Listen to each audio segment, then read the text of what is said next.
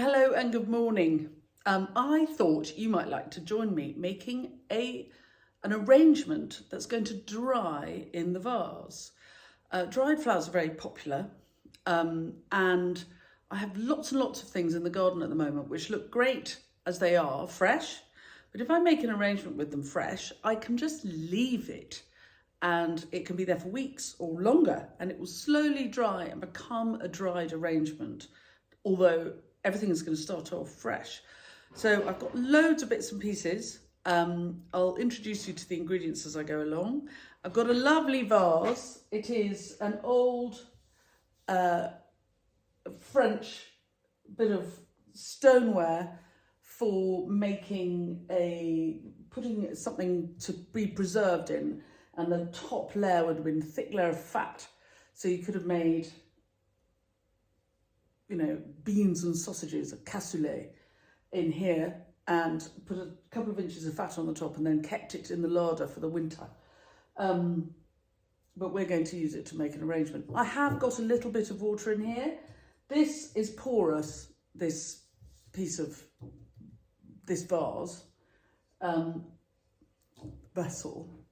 And so I'm putting another vase inside it, and it has got a little bit of water. This is going to slowly evaporate, get used up by the flowers, and when it's gone, it's gone. It's going to a client who doesn't generally refresh the water, so I needn't worry about it. Normally I put things there and I know they're not going to last because the water hasn't been refreshed, but I'm only using material which can slowly dry out. So here we go. Now, of course, I would love it if you would subscribe to the channel, press the bell icon, and we'll tell you when we've got more clips coming out. And if any of the tips and tricks I give you through this clip are useful, you can always buy me a coffee. The link for buying coffees is in the blurb for all my clips. Right, enough of that.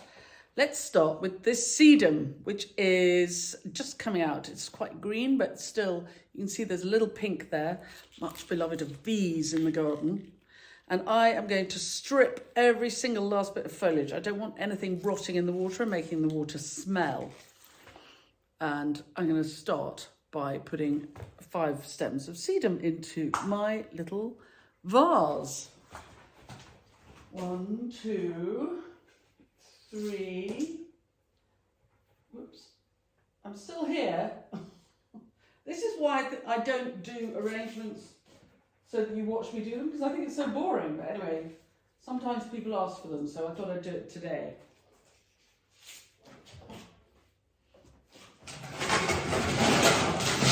Here comes the compost. I never go anywhere without a compost bucket. Right, and I'm going to cut them off relatively short for no reason other than that's going to be my design.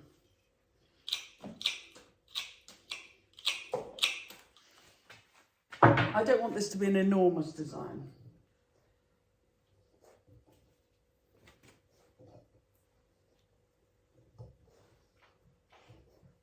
There we are. Next up, hydrangeas.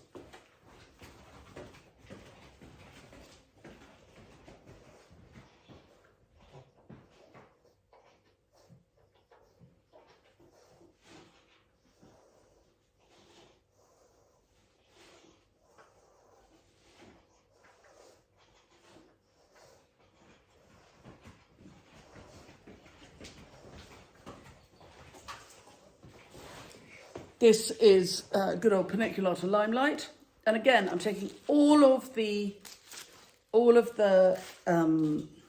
leaves off because I don't want them crisping up and looking unattractive. I just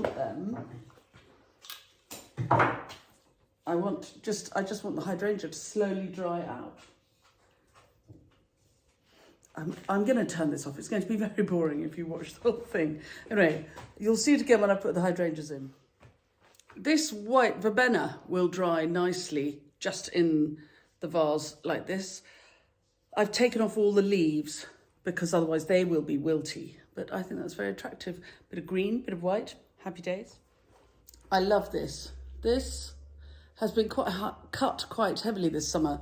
This is an Echinacea. It's called Cloth of Gold for its lovely spread of mustard yellow flowers. And this, you cut it and it's dry immediately. So we'll pop that in, be very attractive. More greeny white. This wild carrot will dry in the vase. And I love it. I love the seed heads. I love the way the seed heads then curl up into these cups where fairies sleep in the winter. I made that up. But they could. And then this is the flower. Obviously, this is another one which I've been cutting quite hard as a plant. So, but it is a really nice structural shape. I'll take all the potentially floppy leaves off, cut it down a little bit and pop it in the mix. Now, I seem to be having a sort of yellowy white feel. This is not at all what I planned, but sometimes when you can kind of enjoy yourself and have a nice time, my client is not particularly concerned with what I deliver each week. They're more concerned that they get the delivery. So we got this lovely yellow and white combination coming along, and here is Echinacea. And as you can see, the petals are a bit bashed, but if I pull the petals off, I get a lovely kind of thistle shape, which is structural and interesting and great colour with a yellowy whitey mix. So we'll pop this in next. I will show you this finished thing close up, I promise you. And of course, at this time of year, my bronze fennel, look at the froth on that, is really drying on the plant. So we're definitely going to have some of this. And then just to finish off, I've got some pheasant grass.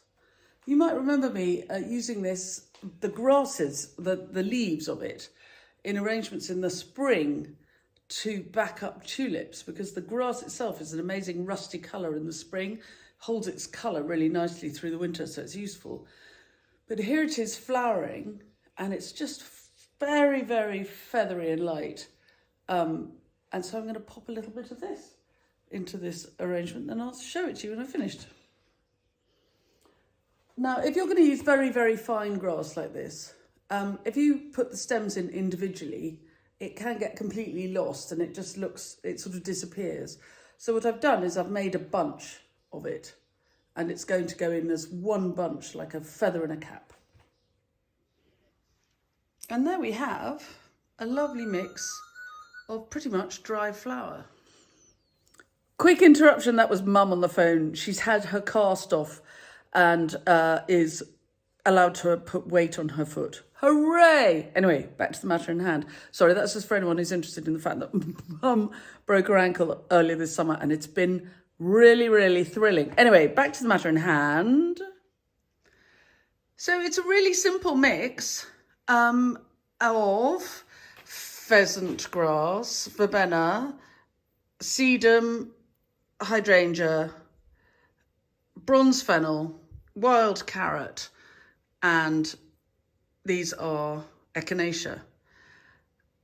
Oh yes, and of course the Achillea, the yellow Achillea. I love a yellow and white mix. I think it's very late summerish, and that's a really nice way to use a mix of fresh and drying material. That will just dry in the vase now. I think I'm really very pleased with that. I'm going to take that off to my client and deliver it. It's about 40 stems, I counted. 8 5s are 40. And for those of you who haven't done it before, I often do a thing I call the 30 stem challenge, and I challenge people to go around their gardens and just see what there is for cutting. And so as we're late summer, we're coming towards late summer, I'd like to challenge you for August to walk around your gardens and cut 30 stems that will dry in a vase like that. So that's 40, it's 8 varieties, and there are about 5 stems of each one. It's not an exact science, you don't have to be obsessive about it. But see if you could go around the garden and find 30 or 40 stems that would just sit in a vase and slowly dry and give you pleasure for weeks to come. Thanks very much for coming along. I hope you've had a nice time. I'm so relieved about Mum. I might go and pour myself a gin.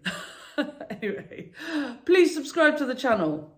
Press the bell icon and we'll tell you when we've got more clips coming up.